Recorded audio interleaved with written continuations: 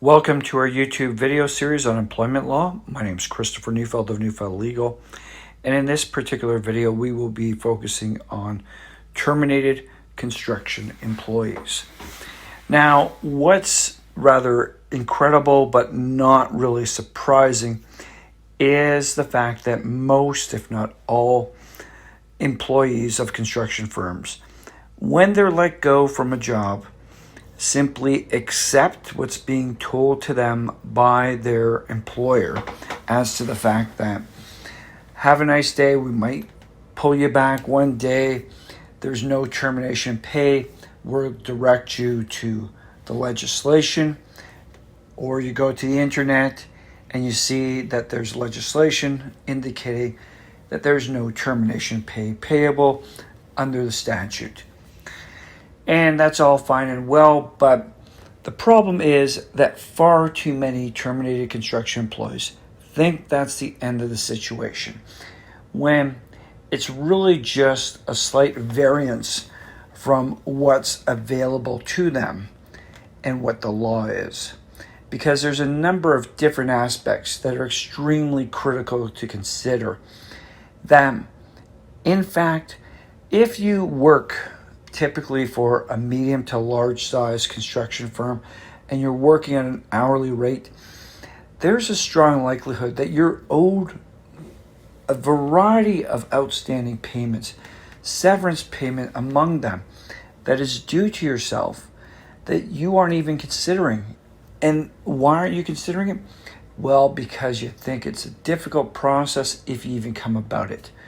But there is money there. Unfortunately, it's money that you are effectively owed, that the right lawyer can pursue and should be able to claim on your behalf. But it's a matter of knowing what you're doing, and a matter of not simply listening to the first thing that comes out of the mouth of your former employer, who is not getting any benefit out of you after they terminate you. So why are they going to pay you if they don't necessarily need to, or if they expect, like everybody else before you, to have simply walked away and taken it? And that's a situation that so many employees in the construction field do. They don't pursue stuff. They don't even make the necessary inquiries. Yes, in many circumstances, there might not be much that's available to yourself. That is a possibility.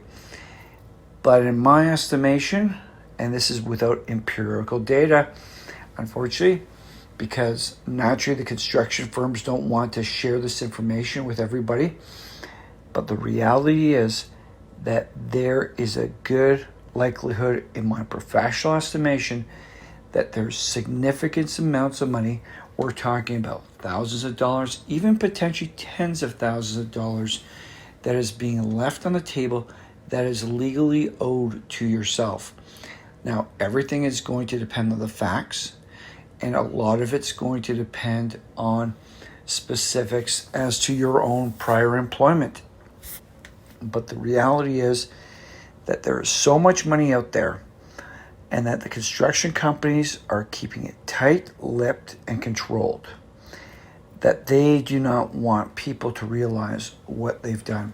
And part of the issue, in my professional estimation, is that they've been doing it for such a long time, and they've been getting away with it effectively, that they will not come about and announce what they're doing. This is money that stays in their pocket.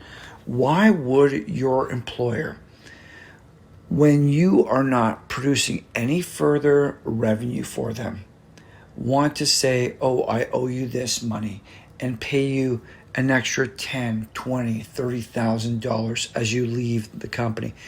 What if it were $80,000? Do you honestly think that your construction employer would want to say, well, I'm going to pay you $80,000, announce it to the world, and start paying everybody else? No, you know that they're not like that. They control every penny. They only pay what they need to, and if they can get away with paying less, that is what they will do. And that's what happens in the construction business. It happens in every business. And the fact of the matter is, when they are taken to task, they get their lawyers involved and they get that drawn up and they get confidentiality agreements, non-disclosure agreements, and they keep it tight. So the people that do come away with the money are not going to go and disclose it because there's consequences to it.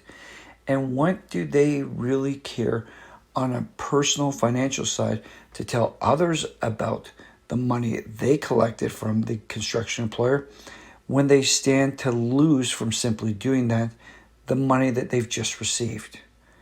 If you're getting $50,000 from a construction employer, why would you want to go and tell everybody that you got $50,000 when it's a violation of a contractual agreement that you have pertaining to that money, and it's probably going to come back to hurt you? No, you sit back and you just enjoy the money that you've collected. And that's the end of the story. So that's why you don't know about these circumstances happening. But what you need to do is you need to take the time to contact knowledgeable legal counsel and actually spend the time understanding what your position is and whether or not you have an action to pursue. That is what you should be doing. It is to your benefit and it's to your advantage. And what is it going to cost you if there's nothing there? Well, at least then you have the certainty that you didn't leave money on the table. Because if you go through everything and you got paid fully, there's a legitimate reason for stuff, and where there is possibilities, there's extreme difficulty in pursuing it, that's what you need to deal with. But to just blindly walk away from these scenarios when you might be owed $10,000, you might be owed $50,000, you might be owed $100,000.